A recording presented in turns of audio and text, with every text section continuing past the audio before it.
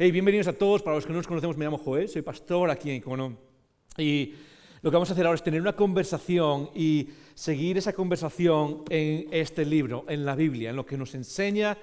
¿Por qué? Porque pensamos que forja quiénes somos y nos ayuda a seguir a Jesús, como hemos estado cantando hasta ahora. Espero que estés animado. ¿Por qué? Porque es una conversación que un montón de contenido, un montón de cosas que decir hoy, y lo digo quizás sin disculpa porque creo que hay demasiado que necesitamos de esta serie de conversaciones. Así que espero que estés animado, que estés preparado, que las canciones que hemos cantado hasta ahora te han alimentado por dentro, están moviendo ya cosas por dentro de ti y que ahora estás preparado para tener esta conversación. Vamos a orar, si te parece, ¿ok? Vamos a orar por este momento y pedirle a Dios, y es una de las cosas que siempre le pido a Dios, que esto no sea un momento religioso, que esto no sea un momento simplemente de vamos a hablar y de vamos a soltar unas palabras y ocupar un tiempo, sino que sea una oportunidad para transformarnos, para tocarnos, para abrir cosas dentro de nosotros, para ser transformados y para encontrar quizás aquello que no sabíamos ni que existía. Y eso no se hace simplemente con un mensaje, con retórica, eso se hace con el Espíritu y con su presencia. Y eso es lo que más necesitamos en nuestra vida. Así que vamos a hacerlo ahora juntos. Si te sientes cómodo, si te sientes cómoda, cierra tus ojos un segundo conmigo. Lo hemos hecho ya algunas veces, pero vamos a hacerlo ahora también. Vamos a orar juntos. Padre,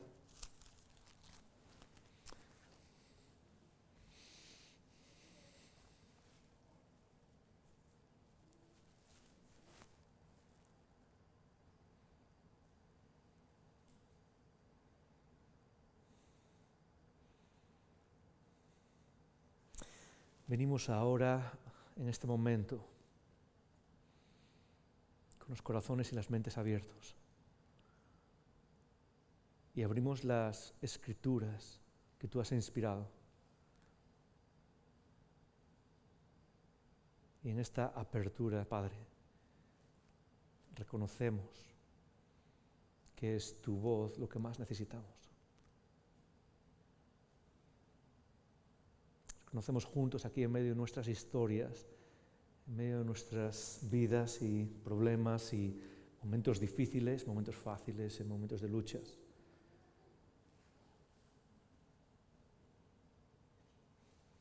Que es tu voz lo que necesitamos. Necesitamos que traiga vida otra vez dentro de nosotros. Que nos guíe en estos momentos tan difíciles, tan complicados, tan frustrantes. Pedimos que tú uses este momento, Padre, para tocar lo que necesita ser transformado dentro de nosotros, aquello que queremos esconder, pero que es imposible esconder de ti.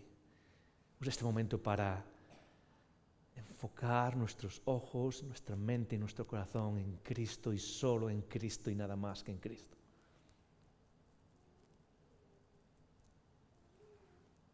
Nombre sobre todo nombre, poderoso nombre.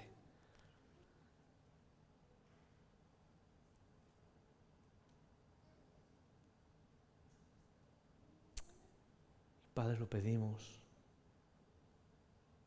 en ese nombre, en el nombre de Jesús. Amén, amén. Muy bien, vamos a empezar una nueva serie de conversaciones hoy.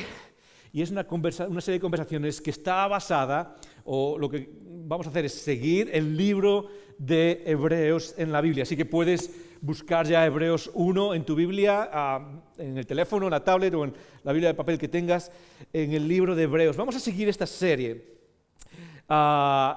y por las próximas 13 semanas vamos a estar siguiendo este libro casi capítulo por capítulo, párrafo por párrafo, no palabra por palabra, pero frase por frase. Vamos a estar siguiendo qué es lo que nos dice y vamos a tener una serie de conversaciones que llevo meses y meses moldeando, trabajando y que creo que es algo, espero, es mi oración, que toque nuestras vidas de una manera que no lo ha hecho hasta ahora en muchas de las conversaciones que hemos tenido. Pero déjame decir algo importante, algo que es parte de nuestra cultura como comunidad, y quizás si nos visitas por primera vez, es algo que consideramos muy, muy importante en nuestro desarrollo espiritual. A todo lo que hacemos ahora, mientras alguien habla, mientras tenemos mensajes, lo llamamos conversaciones por una razón muy específica.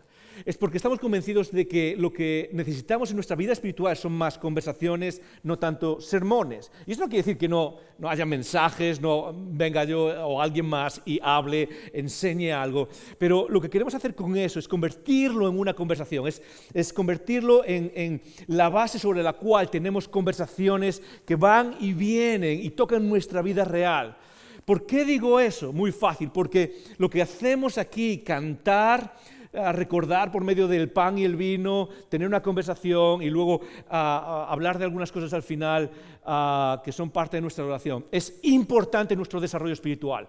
Y una de las cosas que más me gusta, quizás sí hay que sacar algo bueno como iglesia del tiempo que estamos viviendo, de rareza de confinamientos, de ahora se puede salir y ahora no se puede salir, el hecho de que estemos aquí con las distancias y de que haya muchísima gente que no está viniendo. Me encanta ver la sala llena y aún así saber que hay gente que no está viniendo porque están confinados, porque aún no pueden salir de sus casas. El hecho de hacer esto, creo que hemos aprendido a valorar lo que significa estar juntos en una sala, cantar juntos, levantar nuestras manos juntos, abrir la palabra, las escrituras y hablar y compartir estas palabras que sabemos que tienen un significado eterno. Pero, y esto es algo clave, por favor, si eres parte de Icono, si consideras a Icono tu casa, quiero que pienses en esto y le des vueltas. Es solo una parte de la estrategia que tenemos para crecer espiritualmente. El domingo, y no como decía Toño antes, el domingo por la mañana, no, el domingo por la tarde, estamos en el domingo por la tarde ahora. El domingo por la tarde, o el domingo cuando nos juntamos, es solo una parte que necesitamos para nuestro desarrollo espiritual súper importante. La otra parte que consideramos súper importante, espero que ya todos lo podemos decir cuando diga 1, 2 y 3. Son los 1, 2 y 3.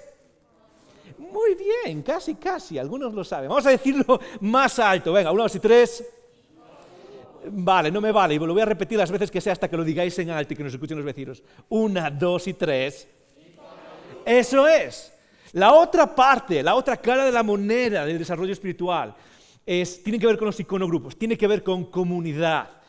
Y como pastor, una de las cosas que hago constantemente es estudiar, es reflexionar en qué es lo que necesita la iglesia para ser iglesia. Y por miles de años lo que la iglesia necesitaba era información, no había. Un pastor iba al seminario, estudiaba y luego cuando se volvía a su lugar de origen para servir en una comunidad como pastor, tenía sus 15 libros y tenía todo lo que había estudiado, pero no había forma de conseguir más información. ¿Sabes qué? Lo que voy a decir ahora lo tienes en la palma de tu mano, se llama teléfono móvil. Y muchos de vosotros no solo escucháis lo que hablo yo aquí como pastor, escucháis lo que habla un pastor en México y en Estados Unidos y en Canadá y en Alemania. No es la información lo que va a transformar tu vida. Y quizás vienes buscando información genial, es un punto de partida. Pero déjame decirlo claro, es la comunidad lo que va a transformar tu vida. Es el estar en roce con otras personas. Es el estar en una habitación sentado con otras personas hablando de un lado para otro, cogiendo estas ideas, estas declaraciones, estas verdades que nos enseñan y trayéndolas al plano real de nuestra vida, a las dudas si son dudas, a las frustraciones si son frustraciones. A las, ¿sabes qué? No estoy seguro de que creo eso, o cómo puedo creer, eso pasa en una habitación, y eso es lo que llamamos iconogrupos. Y si no estás en uno, y es una época rara, donde los iconogrupos están pasando de reunirse solo 4 personas, a reunirse 6 personas, a reunirse por Zoom, a no reunirse, o sea, es una época rara, y lo sabemos, todo el mundo lo está viviendo. Pero si no estás en un grupo, lo que quiero llevarte es, apúntate a uno. Y quizás estás pensando, ok, voy a ir, me estás diciendo que tengo que apuntarme a un grupo de personas, entre 6 y 10, 12 personas, me voy a meter en una sala, no los conozco de nada, voy a llegar a un sitio donde no conozco a gente de nada y me estás pidiendo que hable de esas personas sobre cosas que tienen que ver con la fe, con la vida, con la dificultad de lo que es seguir a Jesús. Exactamente, porque solo en la vulnerabilidad es donde Dios puede actuar. Solo cuando nos abrimos y dejamos toda nuestra basura y nuestra oscuridad y nuestras dudas que todo el mundo tenemos y las discusiones con nuestras familias y ya no puedo más, y cuando lo traemos delante en esa comunidad y empezamos a trabajar juntos en comunidad, es cuando Dios empieza a actuar en nuestras vidas. Por eso a esto que estamos haciendo le llamamos conversación. Y hay muchas cosas más. De hecho, al final hoy vas a escuchar un anuncio de algo que estamos empezando. Pero en el fondo, la esencia de lo que hacemos aquí ahora tiene que ver con conversar y crear esa comunidad. Y déjame decirte que cuando dejas que pase el tiempo y te haces vulnerable en comunidad, Dios puede hacer cosas increíbles en tu vida. Dios puede hacer cosas increíbles en tu vida. Así que si no lo eres aún, si aún no eres parte, apúntate y sé parte de un grupo y sé parte de esa dinámica y lleva esto que vamos a hablar ahora a ese grupo. ¿Ok? ¿Estás conmigo?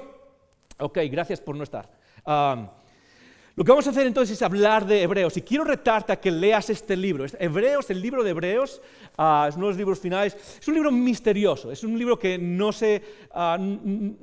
es muy parecido a los demás libros, es uno de los libros que quizás menos se leen en nuestra vida, aquellos que seguimos a Jesús, menos leemos. Hay otros libros que nos gusta leer más, Filipenses nos gusta más, los Evangelios, que narran la historia de Jesús o parte de la historia de Jesús nos gusta leer más, Romanos nos gusta leer más, aquellos que somos más teológicos, analíticos, sistemáticos, nos gusta leer Romanos, quizás te gusta leer más otras, pero Hebreos es uno de esos libros que no vamos mucho y no lo leemos mucho. Y lo que quiero animarte es a que mientras tenemos esta conversación por las próximas 13 semanas, es a que lo leas. Y quiero darte dos opciones. La primera es que cada semana leas Hebreos de manera entera, ¿ok? Completamente. Entonces, si cada día te sientas y lees 2 capítulos de Hebreos, cada día por la noche, vas a cenar, cenas, te sientas, lees 2 capítulos después de cenar, cada semana vas a poder leer el libro de Hebreos entero y al final de esta semana, te garantizo, al final de estas semanas vas a tener una idea increíble de lo que, mucho más completa, mucho más tridimensional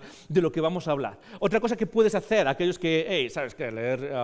no sé si puedo leer tanto, o no me da, o la vida, o lo que sea, sabemos que a veces es difícil. Puedes leer los textos que van a ser parte de la conversación de la semana siguiente, leerlos un par de veces por semana. Es decir, por ejemplo, hoy voy a hablar de Hebreos 1 al 2, 4. Lo que podríamos haber hecho es leer simplemente ese texto un par de veces por semana y prepararnos para la semana, para el domingo que viene, para ser parte de esta conversación. Pero quiero animarte a que leas esta carta. Es una de esas cartas que son distintas, no tenemos ni idea de quién es el autor, y es raro porque en todas las demás cartas del Nuevo Testamento y escritos del Nuevo Testamento sabemos quién es el autor. Hay gente que dice que fue Pablo, el apóstol, hay gente que dice que fue alguna de las primeras discípulas de Jesús en femenino. Hay diferentes ideas y diferentes perspectivas, pero como dijo Orígenes, uno de los escritores padres de la Iglesia hace tiempo, solo Dios lo sabe. Y la idea es que no es tanto quién lo escribió, sino que está aquí en nuestras escrituras para transformar nuestra vida. Pero lo que quiero apuntar ahora es que creo que hay 2 razones por las cuales no leemos mucho este libro. En primer lugar, es porque es un libro muy contextual.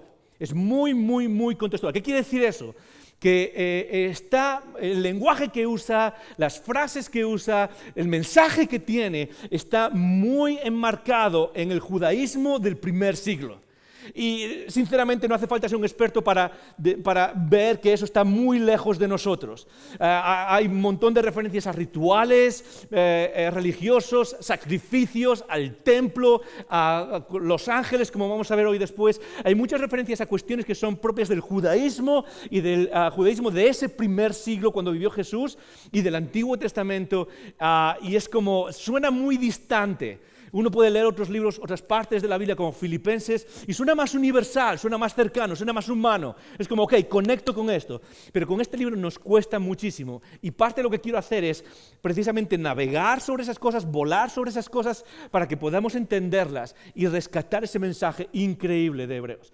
Pero la segunda razón es que es un libro, y esto quizás a algunos, a los que tenemos la mente más práctica nos cuesta un poco, es un libro que es poco práctico. Es un libro que no es muy práctico. ¿Qué quiere decir eso? Hay otros libros que se enfocan más en, hey, esto es lo que vamos a hacer, esto es lo que es bueno hacer, esto es lo que es bueno o malo, y se enfocan más en aspectos prácticos. Hebreos básicamente es un gran sermón, y esto es algo raro, ¿por qué? Porque aquí el pastor va a hacer un sermón de un sermón, seguramente, y es un sermón muy largo, y solo al final, en el último capítulo, allá al final, tiene algunas pinceladas prácticas, pero es un libro que es muy poco práctico. Y de alguna manera creo que no nos gusta, no conectamos muy bien con eso, con la teoría o las ideas abstractas. Pero precisamente cuando estaba pensando en qué hablar en esta temporada, sobre todo en la temporada que conduce a la Semana Santa, una semana increíble en la vida de aquellos que seguimos a Jesús, pensé en este libro precisamente por eso, porque no es práctico, no lo es. Y es algo que quiero enfatizar. ¿Por qué? Porque creo que una de las necesidades más grandes, una de las deudas que muchos de los que seguimos a Jesús tenemos, una de las tareas pendientes que tenemos aquellos que seguimos a Jesús, tiene que ver con contemplar. Tiene que ver con aprender que nuestra vida como seguidores de Jesús y nuestra transformación espiritual tiene menos que ver con tienes que hacer A, B y C, y tiene más que ver con contemplar belleza. Tiene más que ver, y sé que va a sonar raro esto, tiene menos que ver con una fórmula o una tarea psicológica o una serie de pasos religiosos, y mucho más que ver con ir a un museo y sentarse delante de un cuadro y contemplarlo. Y esa tarea la tenemos pendiente aquellos que seguimos a Jesús. Porque tanto aquellos que nos cuesta que nos digan qué hacer, como aquellos que nos gusta que nos digan qué hacer, muchas veces hemos convertido o reducido el cristianismo a una serie de fórmulas de cómo vivir. De hecho, la mayoría de la gente, quizás estás aquí y no crees en Jesús y no sigues a Jesús, mucha de la gente ahí fuera, muchas de las veces se preguntan ¿por qué seguir a Jesús si al final los cristianos son peores personas? Es porque no tiene nada que ver con cómo me comporto. Por supuesto que ayuda, es un proceso, se llama santificación y vamos a hablar de eso en las próximas semanas. Pero el cristianismo en esencia tiene más que ver con contemplar, tiene que ver con admirar, tiene que ver con percibir y dejar que esa percepción de la belleza de Cristo nos transforme. Esa es la esencia del cristianismo. Eso es lo que han practicado desde el principio aquellos que conocieron a Jesús. Aquellos que vivieron a Jesús primero, y eso es precisamente el mensaje de Hebreos, es la esencia del mensaje, por eso es tan teórico. ¿Qué es lo que trata de hacer Hebreos? Muy fácil, es abrir una ventana y decirte, mira lo que hay delante de ti. Mira lo que hay. De hecho, quiero resumirlo en esta frase, quizás a los que os gusta tomar notas podéis apuntarla, pero la idea es esta, todo fluye de cómo apreciamos a Jesús. Y apreciar viene de contemplar, de ganar una visión de quién es Jesús y sentarnos delante y ver eso y dejar que eso nos transforme. Y déjame decirte, estoy convencido de que si tú y yo nos convertimos en seguidores de Jesús, que se dedican más a contemplar, a apreciar, a ver y sentarnos y a leer, por ejemplo, el libro de Hebreos, y verlo como una ventana a la belleza de Cristo, estoy seguro que tendremos que hablar menos de qué hacer.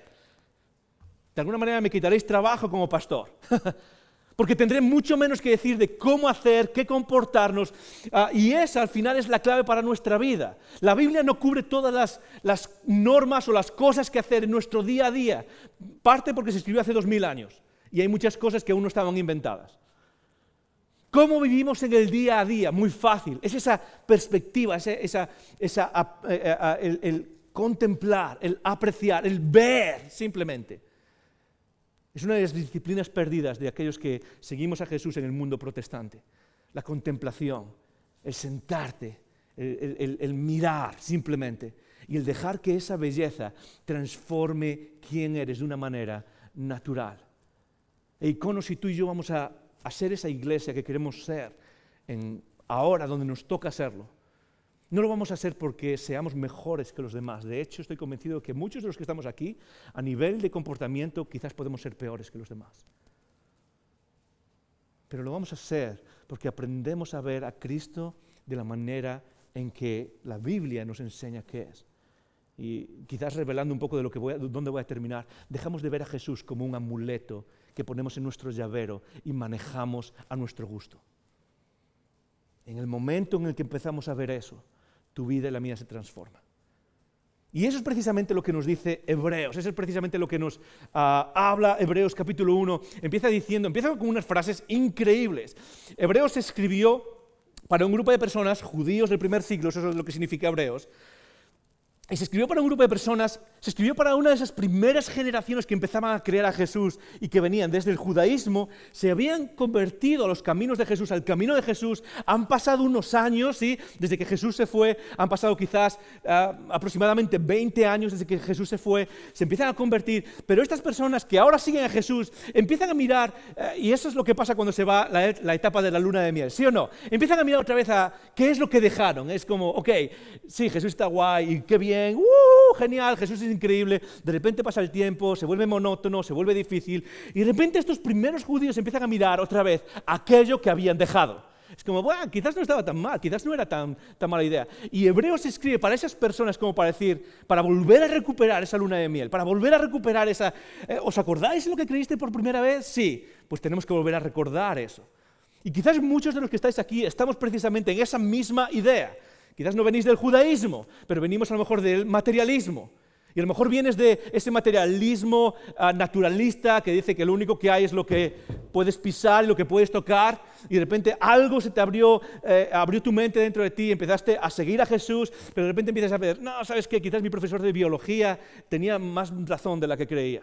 O quizás el tío que sale en YouTube, que no sabemos ni quién es, pero está hablando quizás tiene más razón de la que... Empezamos a escuchar estas voces y empezamos a pensar, ok, ¿qué es lo que está pasando? Y quizás es tu caso.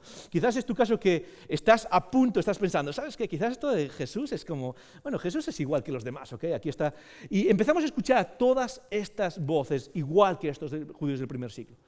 Y Hebreos, se va a repetir una y otra vez, está escrito solo para decirnos una cosa.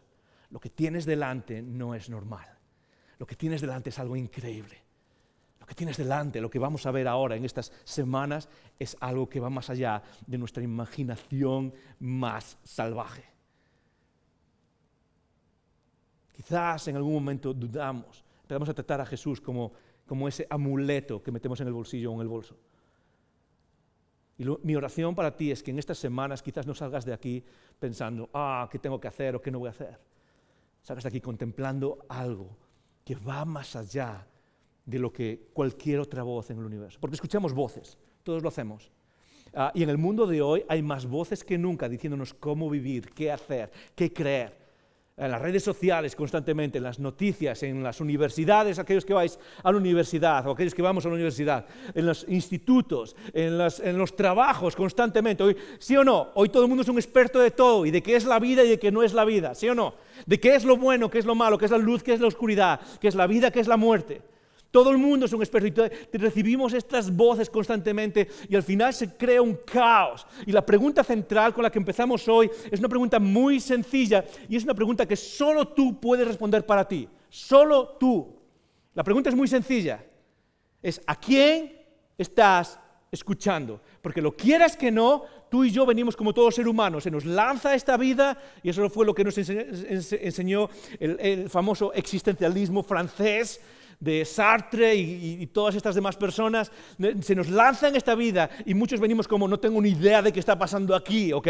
Y no tengo ni idea de cuál es el guión, ni de qué va todo esto, y pasan los años y no tenemos ni idea y tratamos de averiguarlo con esas voces que nos van diciendo. Y la pregunta es muy sencilla, ¿a quién vas a escuchar y por qué?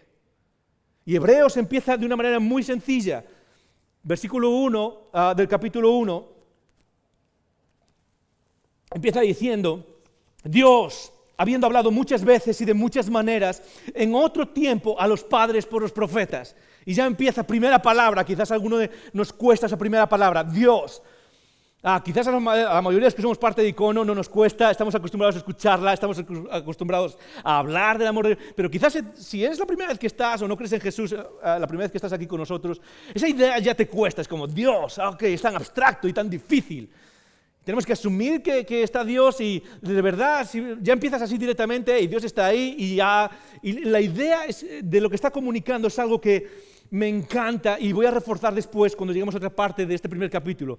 Pero recuerda esto, cuando Hebreos empieza con esa palabra, con Dios, hablando de nuestro Creador, del Creador de todo lo que existe, no te está pidiendo que asumas nada, no te está pidiendo que te lo creas ciegamente. Lo he repetido 1000 veces y lo sigo repitiendo. En el cristianismo no existe la fe ciega. Y en un segundo te voy a enseñar por qué. Cuando empieza diciendo esto, quizás es una idea que nos cuesta mucho, Dios es difícil, es una idea muy abstracta, para aquellos que no seguís a Jesús, quizás es como, no sé si existes, quizás hay algo ahí, no, pero no te pide que asumas absolutamente nada. Para aquellos que seguimos a Jesús, quizás es, ¿quién es Dios? ¿Y qué es lo que hace? ¿Y de verdad aparece por mi vida? ¿Está presente o no está presente? Y cuando el autor o la autora de Hebreos empieza diciendo, Dios lo que va a hacer es precisamente decirte que hay algo distinto en esta idea de Dios que no se compara con las demás voces del universo. Y dice, Dios, habiendo hablado muchas veces y de muchas maneras, lo que nos dice es que Dios es un Dios que habla, que se comunica con la humanidad. Dios no es una fuerza, Dios no es algo abstracto, Dios no es una causa principal que simplemente puso todo esto a moverse y ya está, y desapareció la película. Lo que está diciendo es que Dios es un Dios que se comunica. Y quédate conmigo porque esto es muy, muy, muy importante. A medida que empezamos a entrar, sobre todo cuando dudamos con la idea de Dios, déjame decirte algo. Dios no es una idea para ponderar. Dios no es una idea para ponderar. Dios es un ser personal al que escuchar. Eso es lo que nos está diciendo esta primera frase de Hebreos. Dios no es una idea para filosofar acerca de esa idea. Dios no es una idea para trabajar y pensar acerca de eso. Dios es un ser personal que ha decidido comunicarse con la humanidad que creó para salvarnos, para perseguirnos, para amarnos, pero lo más importante es que si vas a encontrar a Dios, si vas a buscar a Dios, si vas a querer encontrarte con este Dios, tienes que dejar a un lado la idea de, esto es una idea que tengo que llegar a una conclusión a la que tengo que llegar, y tienes que recordar que Dios es un ser personal, y la clave muchas veces no está en llegar a una conclusión, está en prestar atención. Y quédate con esa palabra porque es algo a lo que nos voy a retar al final. No es llegar a una conclusión, es prestar atención.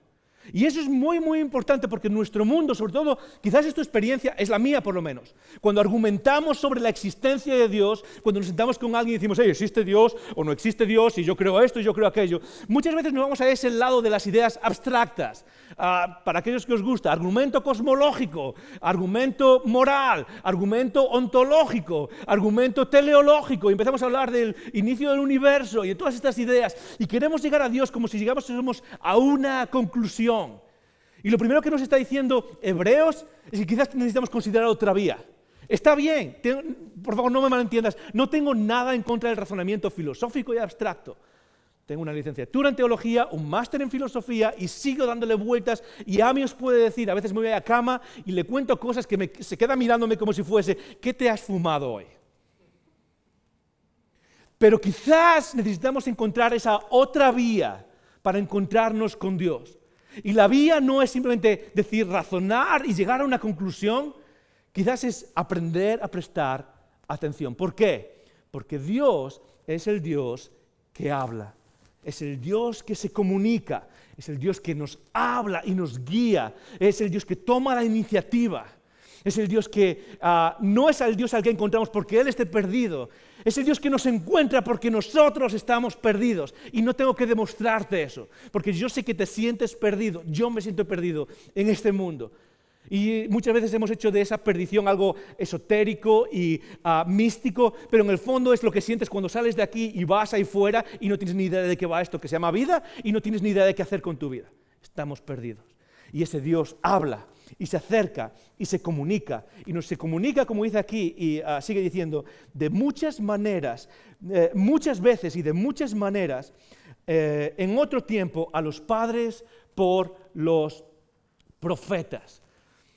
Lo que está diciendo aquí básicamente es que se está refiriendo al Antiguo Testamento. Dios ha hablado de muchas maneras, por medio de sueños, por medio de comunicación directa. Dios ha perseguido a su pueblo, Dios ha perseguido a la humanidad, se está comunicando. Básicamente, en términos teológicos, lo que está hablando es de la revelación. Y sé que es una palabra que a veces suena muy abstracta otra vez, revelación. y es como muy religiosa, pero revelación es lo que tú y yo hacemos constantemente. Hay una diferencia entre revelación y llegar a una conclusión. Llegar a la conclusión es lo que haces, es cuando tú te acercas a una verdad, es cuando tú abres esa verdad y te acercas a esa verdad. Revelación es cuando esa verdad viene a ti. ¿Okay? Conclusión o conocimiento es lo que pasa cuando tú viajas a Charlotte en Estados Unidos y descubres que hay una cafetería que tiene un árbol en el medio plantado, en el medio de la cafetería, en el medio del edificio, cruzando por el techo. Revelación es lo que pasa cuando yo te lo digo porque he vivido allí. Y te cuento eso, estamos revelando. Y a lo largo de la historia ha habido por lo menos 2 tipos de revelación. No es algo místico, es algo abstracto o algo que es específico de algunas personas. Hay 2 tipos de revelación: la revelación especial, la revelación general. Revelación especial, revelación general. Y eso nos va a ayudar un poco a entender el mundo en el que vivimos y cómo Dios habla. La revelación especial es lo que tenemos aquí. Es cuando Dios habla y nos da un mensaje que es universal, es para todo el mundo. Y está diciendo, ¿sabes?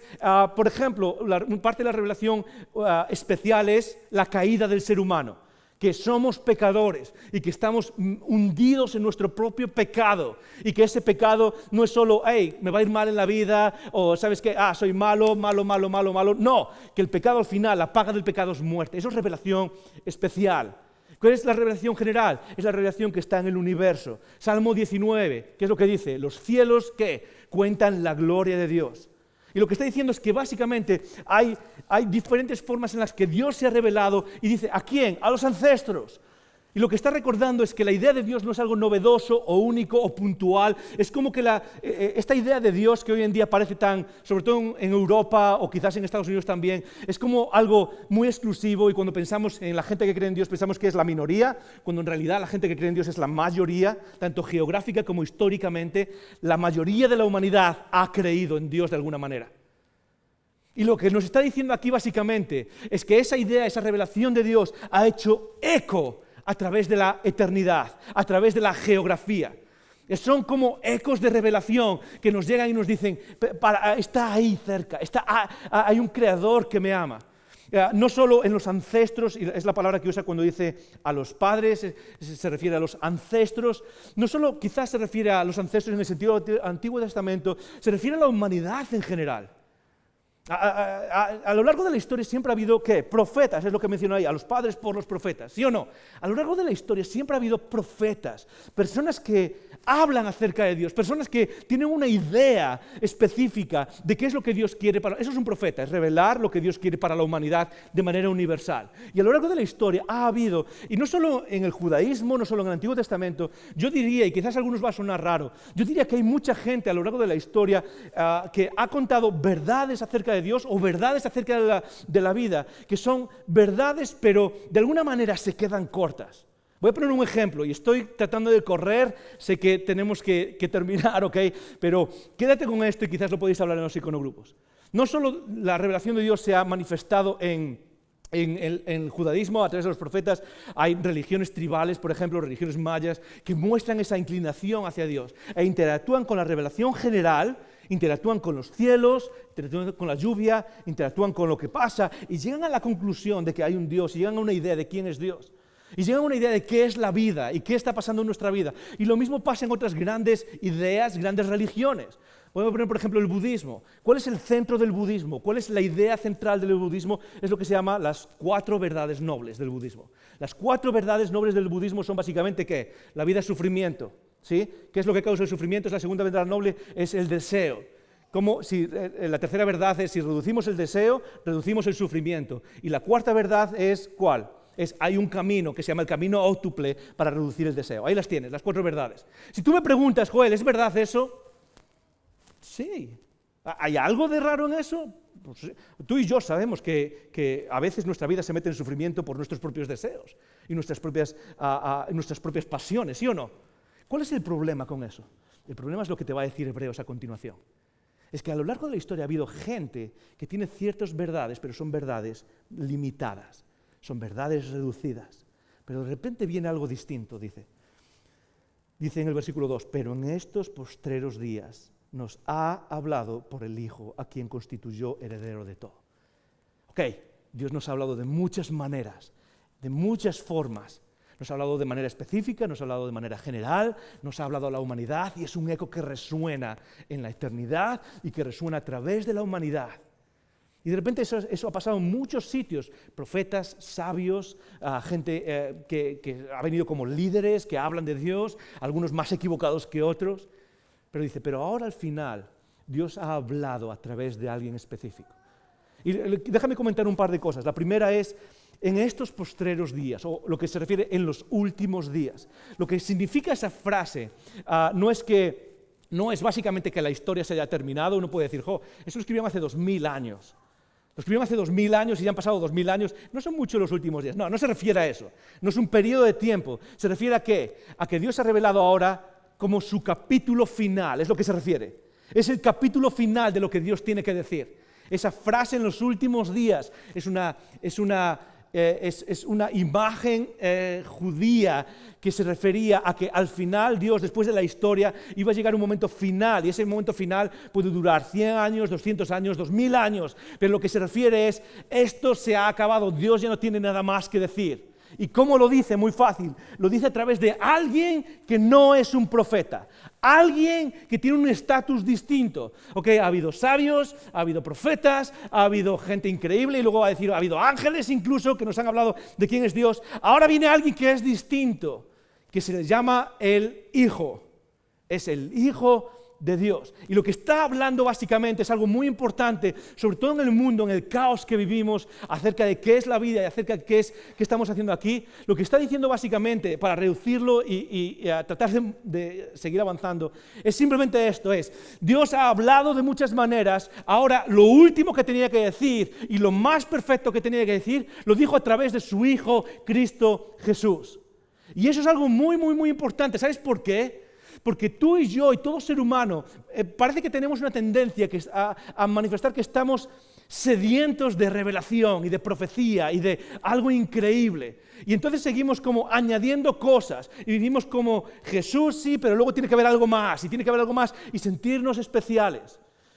Simplemente voy a mencionarlo. Porque quizás a lo mejor a algunos nos ayuda a navegar las aguas, sobre todo lo que tiene que ver con religiones. Hay 3 religiones básicamente a nivel mundial después del cristianismo: el Islam, los mormones y los testigos de Jehová. El Islam básicamente empezó o se desarrolló o creció o nació alrededor del siglo VII, siglo VII después de Jesús. Después en el siglo XIX, a principios del siglo XIX, viene el mormonismo, a principios de 1806, 1810, 1820, y luego a finales del siglo XIX empieza lo que se llaman los testigos de Jehová. Estas 3 religiones tienen 2 cosas en común, todas ellas. La primera, y quizás esto te va a chocar, es que todas ellas aceptan la revelación bíblica. Todas ellas. Todas ellas aceptan que el Antiguo Testamento y el Nuevo Testamento son revelaciones divinas, incluso el Islam. El Islam habla más del Antiguo Testamento que de las revelaciones que le dio a Mahoma. Quizás alguno os sorprenda, pero el Islam afirma la revelación dada a Moisés, la revelación dada a Jesús, y lo llama la ley del Antiguo Testamento, el Evangelio del Nuevo Testamento. Lo mismo pasa con el mormonismo. Afirman, sobre todo con la versión Reina Valera de 60, en su versión inglesa, afirman la revelación bíblica. Pero ¿qué es lo que hacen después? Hacen lo mismo que Islam, añaden algo más, añaden el Corán o añaden el Hadith, que se llama, que también es para ellos inspirado. Los mormones, ¿qué es lo que hacen? Después de que viene Jesús, ¿qué es lo que hacen?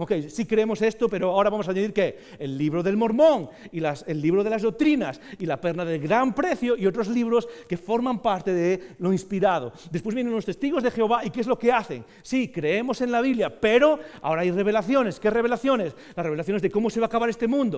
¿Sabes qué? El mundo se va a acabar en el 1914, que es cuando empieza la Segunda Guerra Mundial. Llega a eso, no se acaba. ¿Cuándo se va a acabar el mundo? Hay otra revelación. Y seguimos con revelación y revelación y revelación.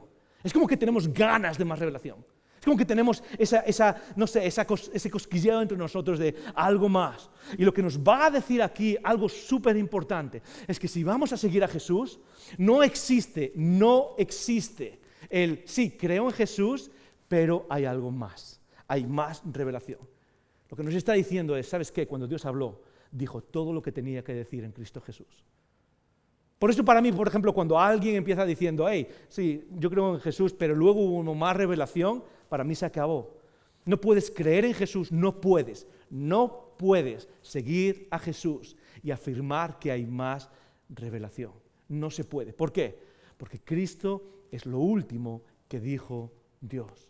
De hecho, esa es precisamente la esencia de lo que nos va a decir al final de este capítulo. Ahora, quizás podemos pensar, ok, ¿por qué debería creerme eso? Joel, ¿por qué debería creerme que Jesús es tan importante?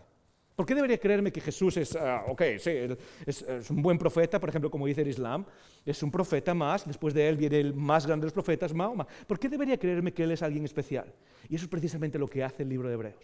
Lo que va a hacer ahora es darnos, en solo el siguiente párrafo, nos va a dar 8 frases que definen a Jesús. Y voy a tratar de volar, ¿ok?, sobre ellas, y las vais a comentar en los iconogrupos esta semana. Pero son 8 frases y me encanta lo que dice, porque es como si alguien, no sé si alguna vez has conocido a alguien que está tan apasionado sobre algo que es como, no puede parar y sigue hablando y sigue diciendo y sigue, es como, no para y sigue. Es como, hey, ¿sabes qué? No sé, ¿a alguien le gusta la Fórmula 1 aquí? ¿A alguien? ¿A nadie le gusta la Fórmula 1? Genial.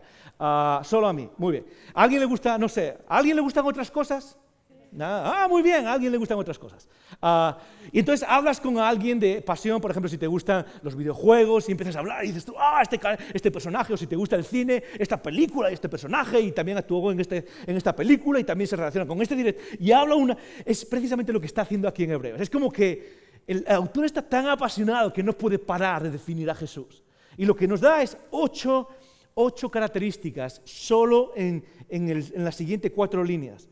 Dice, lo voy a leer súper rápido, dice, en estos postreros días nos ha hablado por el Hijo, a quien constituyó heredero de todo, y por quien asimismo hizo el universo, el cual siendo el resplandor de su gloria y la imagen misma de su sustancia, y quien sustenta todas las cosas por la palabra de su poder, habiendo efectuado la purificación de nuestros pecados, por medio de sí mismo se sentó a la diestra de la majestad en las alturas, hecho tanto superior a los ángeles, cuanto heredó más excelente nombre que ellos. Punto.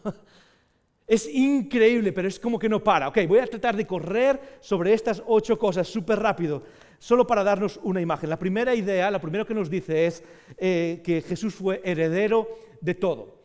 Lo que nos dice eso no es tanto que Jesús vino y de repente por lo que hizo se convirtió en heredero. Eso es muy importante por algo que voy a decir después, pero es básicamente lo que nos está diciendo. El heredero es aquel que se contrasta con aquellos que son administradores. Lo vamos a ver después cuando hablemos de Moisés en las próximas semanas. Aquí lo que está haciendo es comparar al heredero de la casa con los administradores de la casa. Los administradores de la casa pueden decir 1000 cosas, los profetas pueden decir 1000 cosas, pero no son los propietarios de la casa. Lo que está diciendo es que aquí el hijo es heredero, es parte de los propietarios de la casa y básicamente él es propietario. En segundo lugar, lo que nos dice es que esta persona, este Jesús, esta persona por la que ha hablado Dios el Hijo, es creador del universo. Es creador de todo lo que hay, es creador de lo que existe. En tercer lugar nos dice que es resplandor de la gloria de Dios. Y empieza a ponerse serio en plan de decir, ¿sabes qué?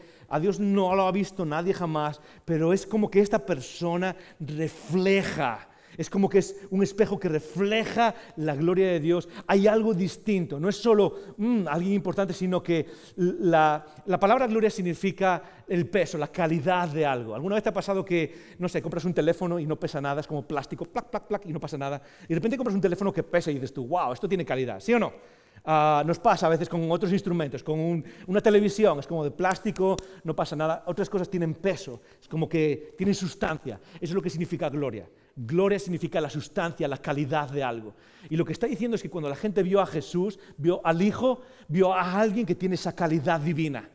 No a alguien que simplemente dice cosas interesantes, sino a alguien que refleja esa calidad divina. En cuarto lugar dice, Él es la imagen de la sustancia de Dios. La frase significa realmente, Él es la imagen del carácter divino. En otras palabras, si quieres ver qué es Dios, tienes que mirar a esta persona. Y las cosas empiezan a poner serias. Las cosas ya no es solo alguien que habla, es alguien que es exactamente lo mismo que lo divino. Es alguien que refleja esa sustancia o ese carácter divino. En quinto lugar dice que es sustentador del universo. Esto es muy importante, ¿por qué? Porque lo que nos dice es que Cristo no solo creó las cosas allá al principio, hace miles o millones de años, sino que nos dice básicamente que es como que está sustentando la existencia de todo lo que hay constantemente. Voy a poner un ejemplo que hace años estaba estudiando filosofía y traté de pensar en un ejemplo que nos ayudase a entender esto, quizás nos ayude, quizás no, quizás te confunda más, pero bueno, hey, ¿qué le vamos a hacer? La idea es que muchas veces pensamos que Dios creó el universo y luego lo hizo como una carambola de billar. Crea el universo, pumba, y luego las cosas se mueven solas. ¿Sí? Eso es lo que pensamos que Dios hizo con el universo. Dios crea el universo y ahí se va y se está moviendo solo. Y Dios como que lo mira y dice cosas, pero como que ahí va, está solo el universo. Cuando en realidad la creación del universo es más como una canción, es más como un silbido. A ver si puedo hacerlo, ¿ok? La idea es que en el momento en el que Dios deja de silbar, deja de existir las cosas, deja de existir la canción. En el momento en el que Dios deja de silbar la creación, dejan de existir las cosas. Y lo que está diciendo aquí el escritor o la escritora de Hebreos, nos está diciendo que Cristo está silbando nuestra vida en existencia, está cantando el universo en existencia constantemente, que si existe algo es porque Cristo lo está sustentando constantemente. Esa es tu existencia y mi existencia. Número 6, dice que es purificador de nuestros pecados. Y dice que es purificador por medio de Él mismo. Él es el sacrificio que purifica nuestra vida. Y sé que no nos gusta hablar de pecados, y es algo que quizás necesitamos dedicar más tiempo, incluso una serie entera, pero es algo innegable que el mundo está roto. Eso es lo que los cristianos llamamos pecado. Y ese pecado no se soluciona con una buena idea. Ese pecado no se soluciona con una buena fórmula, no se soluciona con un buen consejo. Ese pecado se soluciona con el sacrificio de Cristo. En séptimo lugar dice, está sentado en la majestad, y lo que habla es de su rango, es lo más alto en la creación. Y eso es lo que dice en el último lugar, en el octavo, dice superior a los ángeles. Y dice, ¿por qué introduces los ángeles ahora? Estás hablando de Jesús y de repente metes a los ángeles. Muy fácil. Es porque los ángeles son reveladores en el Antiguo Testamento y en la mentalidad judía. Los ángeles son los mensajeros de Dios. Ellos existen y los cristianos creemos que hay un mundo espiritual donde hay ángeles y hay demonios. Y la idea es que los ángeles están en la presencia de Dios y los ángeles son una cosa increíble. Y para ello solo hay que ver como un detalle, y es que cuando los ángeles se aparecen a las personas, ¿qué es lo que pasa? Las personas se les va por la pata de miedo, ¿ok? ¿Cuál es el saludo de los ángeles normalmente? Es, no tengas miedo. ¿Sabes por qué? Porque cuando un ángel aparece, la gente tiene miedo. Es como, wow, ok, es como si aquí aparece un ángel, no diríamos, okay, ¿qué tienes que decirme de parte de Dios? No, es como, wow, aquí es algo increíble, ok, esto es algo que se va más allá de lo que puedo soportar. Y lo que está diciendo es que, básicamente el autor de Hebreos está diciendo, ok, ¿qué es lo que más se te ocurre que es más excelso, más alto en cuanto a la revelación de Dios? Y la gente pensaría, los ángeles, y dice, esta persona es superior a los ángeles.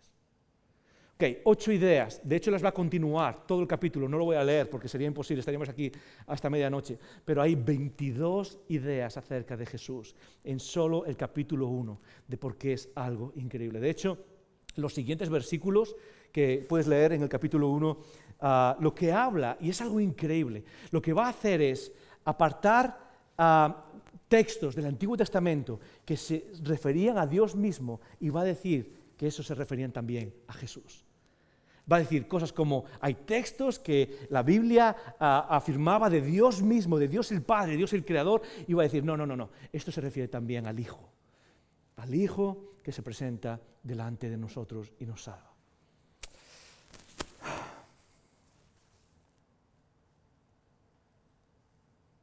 Lo que nos está diciendo, y quizás para resumirlo, lo que nos está diciendo es que esta persona, este ser que se le llama el Hijo de Dios, no es como los demás. No es como los demás. De hecho, algo interesante es que en medio de todo lo que uno puede decir acerca de la vida, los profetas, los sabios, todos podemos referirnos o todos podemos hablar de personas que han dicho cosas interesantes en la vida. Y son personas que quizás dicen cosas importantes para nuestra vida. Pero el autor de Hebreos, en medio de hablarnos acerca de qué es lo esencial para nuestra fe, nos dice, aquí hay alguien que no es como los demás. De hecho, No solo está hablando de alguien que no es como los demás, está hablando de alguien que no dejó ambigüedad, o que no lo dejó ambigüedad, la idea de que él no era como los demás. Dani, no sé si me estás viendo, pero necesitamos pasar a la siguiente. Eso es, Dani, gracias. A la siguiente más. Eso es, él mismo no dejó ambigüedad sobre quién era él. Puedes leer Juan capítulo 1. Puedes leer Colosenses capítulo 1, puedes leer Filipenses capítulo 2, puedes leer Hebreos 1. Y esto es lo más interesante, es que la gente que vio a Jesús desde el principio, la gente que caminó con Jesús por 3 años y sudó con Jesús y tuvo conversaciones mientras cenaban con Jesús y luchó y sufrió el acoso de las autoridades religiosas y políticas en esos 3 años, la gente que vio a Jesús no vio nunca a un profeta, no vio nunca a alguien que dice, es un buen maestro, es alguien interesante. Jesús no dejó esa ambigüedad. Y todos los que caminaron con él lo vieron constantemente. Ahora la pregunta es entonces, ¿qué hacemos con todo eso? ¿Qué hacemos con todo eso tú y yo? Porque uno de los problemas que tenemos, o una de las tentaciones, una de las cosas que más veo que tenemos, es que quizás en nuestra vida Jesús es ese mini profeta, o ese especial, ¿ok? Lo voy a levantar sobre los demás y qué bueno es seguir a Jesús y qué increíble. Pero es como, voy a decir, a veces tratamos a Jesús como si fuese un life coach.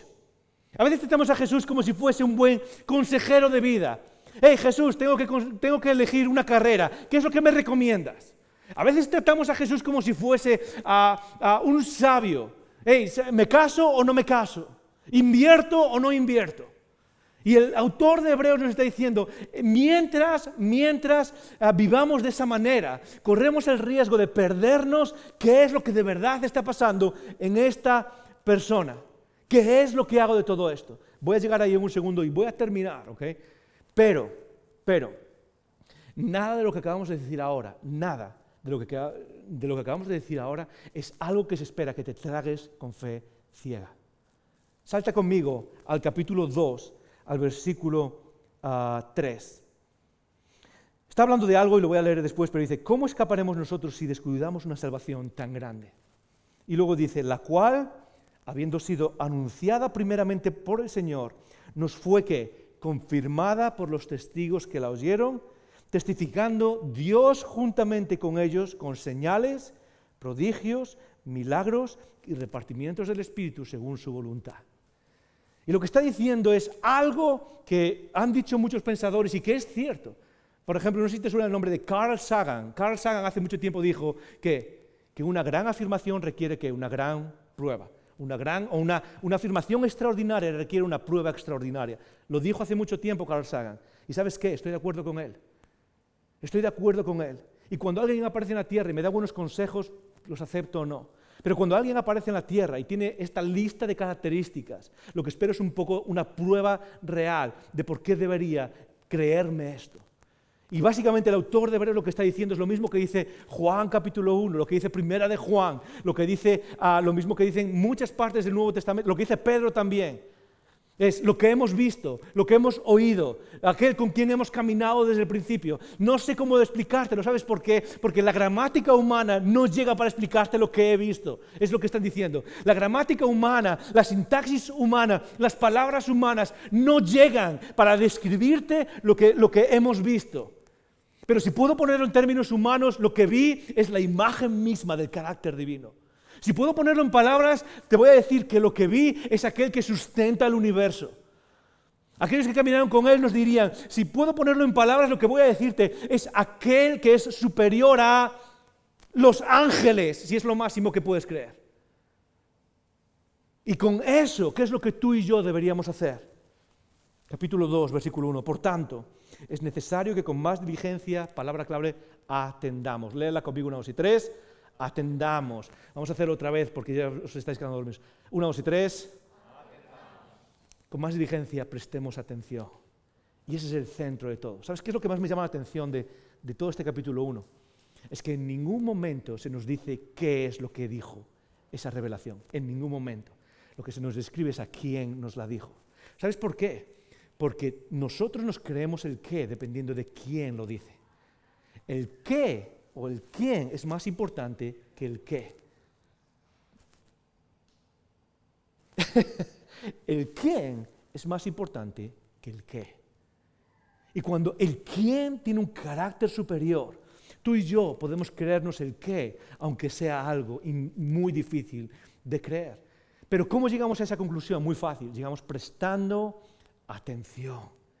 E icono, una de las características más importantes que necesitamos desarrollar como seguidores de Jesús. A veces te preguntas, Joel, ¿cuál es la habilidad espiritual que puedo desarrollar para crecer espiritualmente, conocer a quién es Dios, conocer quién es Jesús, seguir a Jesús? Muy fácil, desarrolla tu capacidad de prestar atención. Desarrolla tu capacidad de prestar atención. Una de las escritoras que más me gustan se llama Simone Weil. Me encanta cómo escribió hace un montón de tiempo, era filósofa, activista, pero una de las cosas que dijo, estaba leyendo un libro, y hace años dijo esto, dijo, Dani, eso es, la atención es la única facultad del alma que nos da acceso a Dios.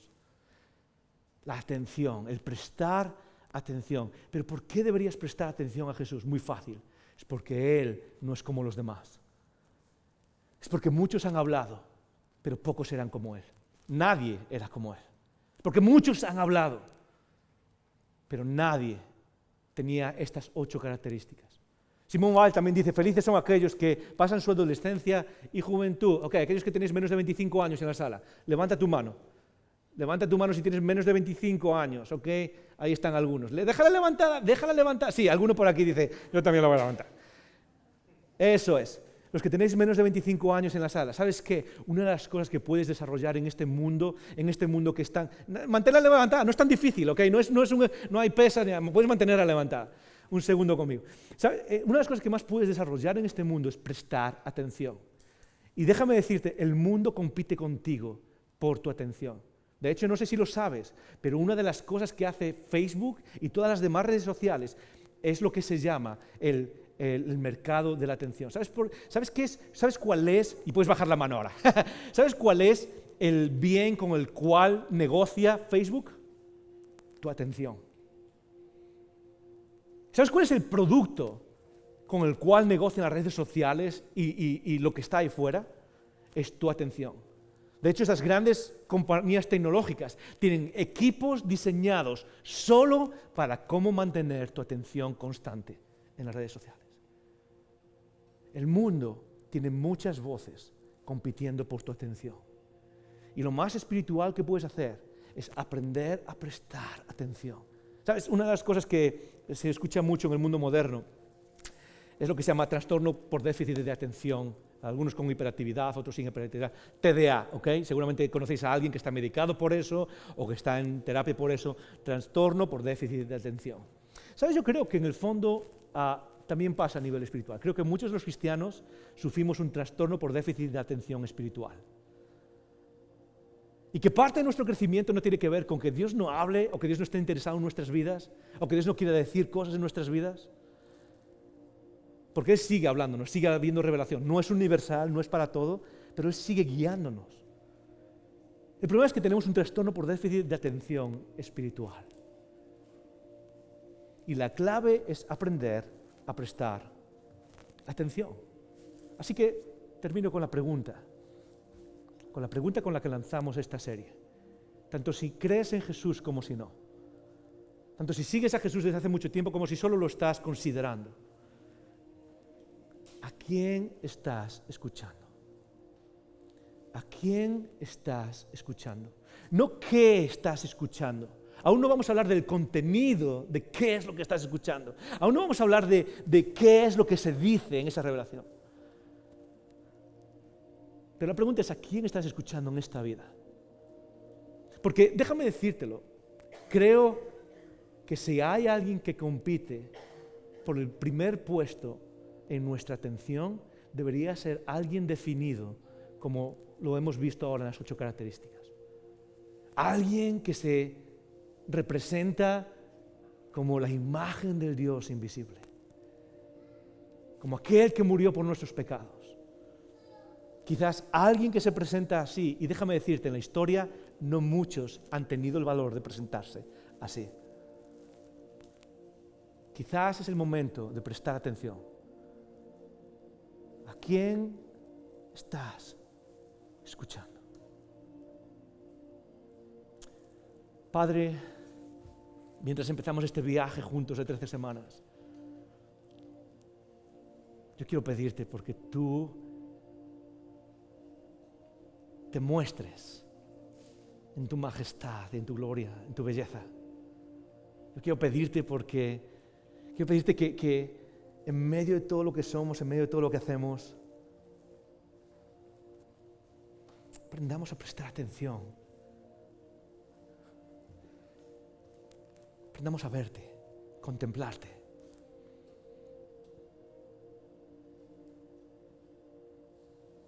A sentarnos y poner nuestra atención en aquel que es completamente distinto, diferente. Sorpréndenos, Padre.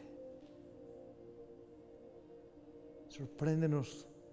Ayúdanos a mover el afecto que tenemos por Cristo.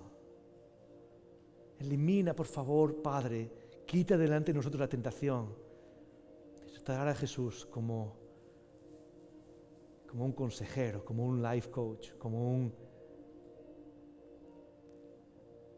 entrenador. Permítenos ver y vivir su majestad.